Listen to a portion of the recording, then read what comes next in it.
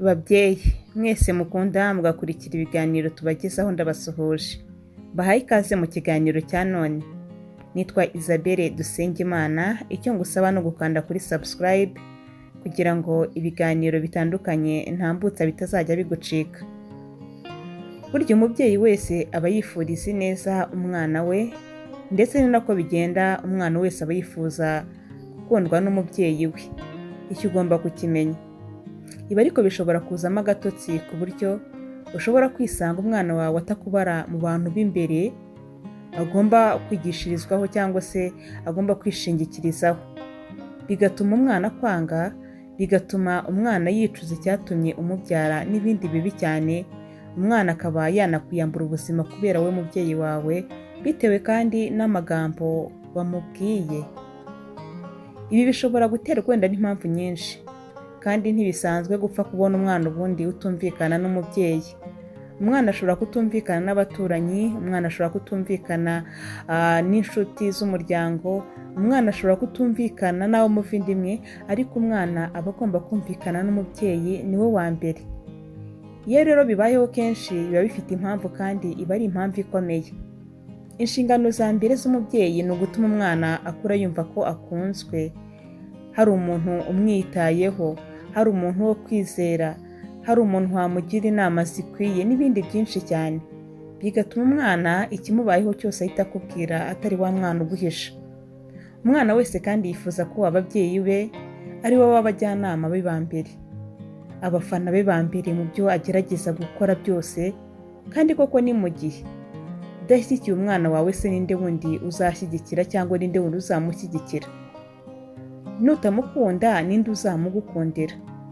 Ninde uzahumuriza umwana wawe mu gihe ageze mu bikomeye, niba wowe nk'umubyeyi utamuhumuriza? Nk'umukristo rero, kandi nk'umuntu w'umusirimu kandi uzi ubwenge, nk'umuntu ufite urukundo, uyu munsi tugiye kurebera hamwe ibintu 10 ugomba kwirinda kubwira umwana wawe, yaba akiri muto cyangwa se yabaye mukuru. Na cyane ko burya nta mwana uba mukuru ku mubyeyi we, umwana ahora ari umwana. Reka duhere ku cya mbere. Irinde kubwira umwana wawe ijambo byari kuba byiza iyo ntakubyara, cyangwa byari kuba byiza iyo ntakubyara. Mubyeyi, iri ni ijambo rikomeye cyane kandi udashobora gusubiza inyuma igihe warivuze rikarenga akanwa kawe, ndetse n'ingaruka zaryo biragoye kuba wazigoragoza cyangwa se ngo usigaruze.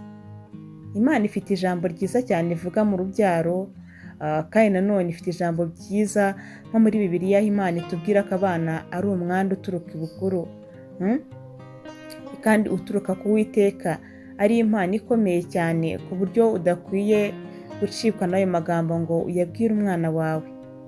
Ibintu bishobora gutuma wenda uzinukwa burundu, ndetse n'umwana akazinukwa burundu ntiyifuze gukomezanya nawe umubano uba hagati y'ababyeyi n'abana.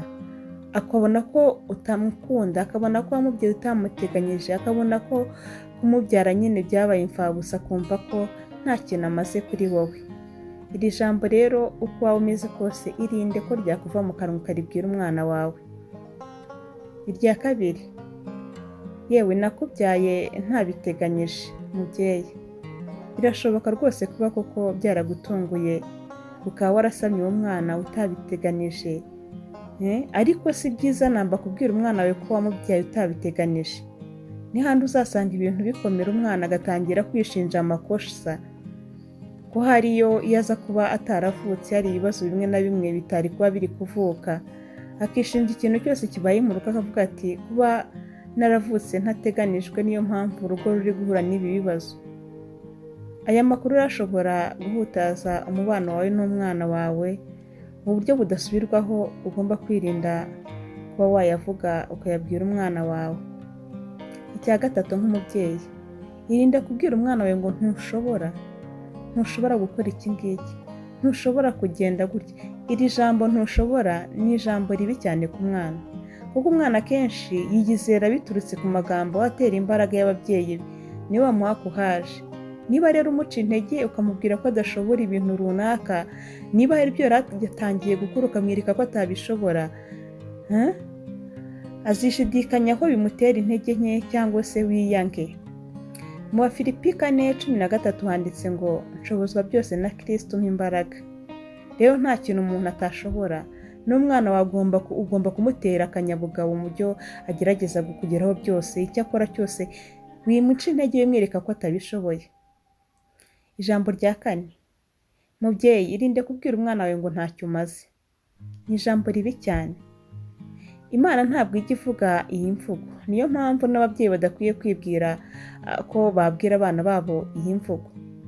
Imigambi Imana ifite ku buzima bwacu ni myiza, n'umwana we nibyo wagakwiye kumutoza. Ariko ushobora kubwira umwana wawe ati ntacyo umaze. Nyabona ibi bintu ntabwo ari byiza. Hari igihe ibigeragezo by'ubuzima wenda biturusha imbaraga tugacika intege, ariko ni ngombwa ko n'igihe n'abana bawe bacize intege ubasengera kandi ukabakomeza, ubereka ko n'umuhanuzi w'Imana Yesaya yagize aho acika intege, ariko akiringira ko Imana ariyo yamusubiza imbaraga. Kureba umwana wawe rero mu ntege nke ukamubwira ko ntacyo amaze, bibana nawe igihe cyose ubuzima bwe bwose, ku buryo kubisubiza inyuma byamugora cyangwa wowe bikakugora cyane, kandi bihindura n'umubano mwari mufitanye. Niba umubwiye uti ntacyo umaze, mu gihe n'icyo azajya gukora agerageze, ashobora kutazabikubwira akareba undi muntu umwaka uhaje. Irindi jambo rya 5, irinde kubwira umwana wawe ngo ndahuze cyane.